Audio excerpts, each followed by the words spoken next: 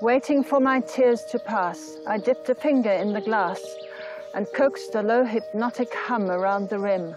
The message reflects the emotions of love and loss, which is an expression of grief, but in an abstract way. A message written in your hand was smudged and made no sense to me, till in between the lines, I read your melody. I found out about the AVBOB Poetry Competition when I opened the Sunday Times and I saw their ad. They were launching a poetry project with the themes of birth, death, love, and hope. And I had a hiatus of not writing any poetry at all for 30 years. And it was as if a window had opened and I could fly. Every phase of my life has been enriched through poetry. I cannot imagine my life without poems on motherhood, poems on love, and then death. What AVBOB has done has created a platform for South Africans to express themselves, to showcase their talent. EmaXhoseni, amaXhosa athathise ngoxolo oluxabileyo, aqhaye ingxaki ezixolileyo. Ever since I started writing, I liked using clicks. I like that. It's musical, it's in me. The poetry competition started as part of AVBOB centenary celebrations, which was in 2018. We have clients who are in need of words, and the thinking was, let's put these people who have the words and the people who are looking for the words together. Poetry brings you language when you are in a turmoil of emotions. It's all the arrangements, etc., and you don't actually have time to engage with the death in a way that releases you into grief. AVBOB caters for all. Hence, it makes sense that when they started this to reach out to people, they included all official languages. If we select your poem, we pay for the rights. We publish it on the website, but also the top 3 poems are included in our yearly anthology. The winning poet gets 2,500 Rand voucher for one of the book suppliers. They get 10,000 Rand in cash, and of course they get the trophy. I've got approximately 80 poems on the AVBOB Poetry Project website. There are currently over 19,000 poems. So wherever you come from, whatever language you speak, there's something there for you. We've received, I believe in year 1, somewhere around 19,000 entries, and in the highest year we received just on 40,000. The whole idea also is to support and develop even our languages. So usually I give the poets constructive criticism, and we have seen the improvement with the years. AmaXhosa athathise eqinele ekhantini. Amaxhego namaxhokokazi aqubuka. What I appreciate with AVBOB is that they give us the freedom to write in our own languages, because isiXhosa is my life. It's in my DNA. When we are talking about digitalization of indigenous languages, AVBOB is 20 steps ahead. They have responded to the issue of decolonisation, where right now there is accessibility of indigenous languages. One book comes with all 11 official languages. The importance of having all poems translated into English is for accessibility. So it's also promoting multilingualism. And you can even navigate through different cultures. Through the African language poems, you realize that death is not some fearful passage.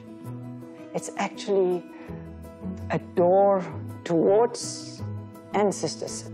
You can relax because they will be there. When you read these poems, you actually feel the heartbeat of the author, where the author's mind was.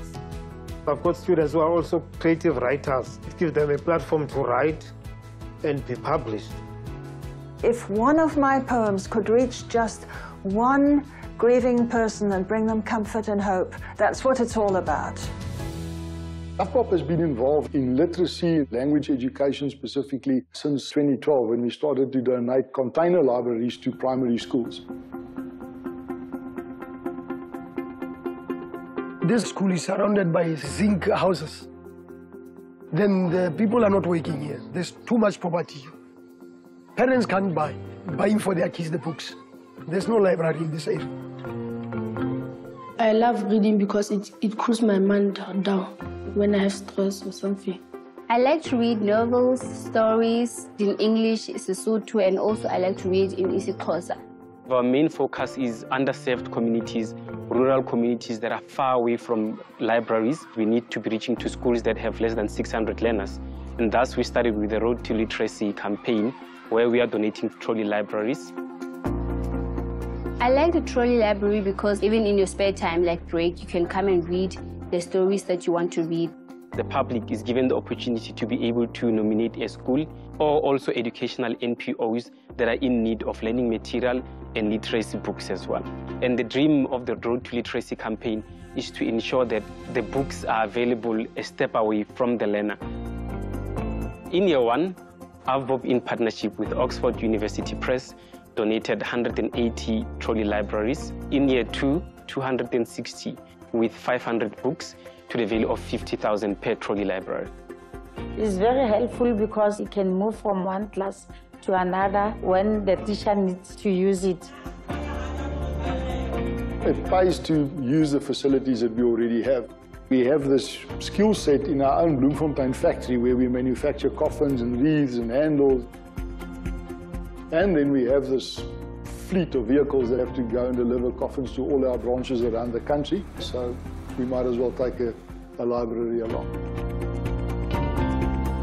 When we got the trolley library, we were extremely happy. The parents were over the moon.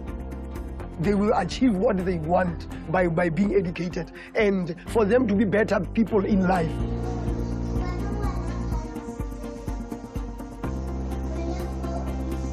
The research has shown that most of the learners are not able to read for meaning. In the trolley libraries, we have books that are in the mother tongue of the learners so that they can easily learn how to read for meaning as well. And as they progress to higher grades, they are able to then move into other languages like English. Once upon a time in the township of Mazulu, there was a nourishes. Reading these books in this trolley, it helps me so much to know some of the words that I don't know. It corrects my English. When teachers tell us about something and I don't know that word, I go to dictionary and read it. I like to research. One of the things I like about this trolley library, it has different languages. So I get to know those languages. The school's innovation project also started with our centenary. At the time, we wanted to do one large educational project, and our thinking was to build a new school. The Department of Education suggested that we rather look at refurbishing existing schools that actually had old asbestos classrooms. We went into a partnership, and AVBOB contributed 150 million rand towards a total project of 273 million to upgrade one school in every province. We have 1,535 learners from grade R to grade 7. I myself attended school here. I became the principal in 2014. We were having 29 classes that was built with asbestos. It was a health risk. The previous asbestos classes were like a refrigerator in winter, and in summer it was as hot as hell. But now that we have a new building, it gave us a new breath of life. Equal access to education is enshrined in the Constitution of South Africa. We had a dream of building an infrastructure that is able to accommodate the learners, but that will be healthy with the modern technology as well. We have 35 classrooms, a computer room, a science lab, a multi-purpose room. We are also having a kitchen, and our learners are fed every morning. Learners are performing better. Basically, everything improved ever since we moved into these buildings.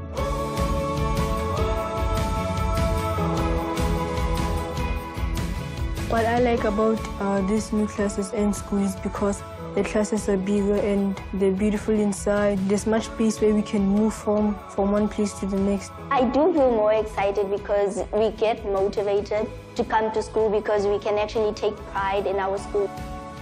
It's a legacy project, and in the next 20 or 30 years, who knows, 30, 40,000 children will have the opportunity to use those facilities. It's going to give a completely different learning experience to those kids. The future of the country lies in the hands of each and every person. And as a corporate citizen, AVBOB saw the importance of having to invest in the education space to ensure that we are able to contribute towards building a better future for all. I have a lot of dreams. I would love to go to study music so I could go foreign. I want to be really good in school, to become a lawyer and live the life I've always wanted to live. Lavish, full of luxury, not having to stress about anything, just, living life to the fullest.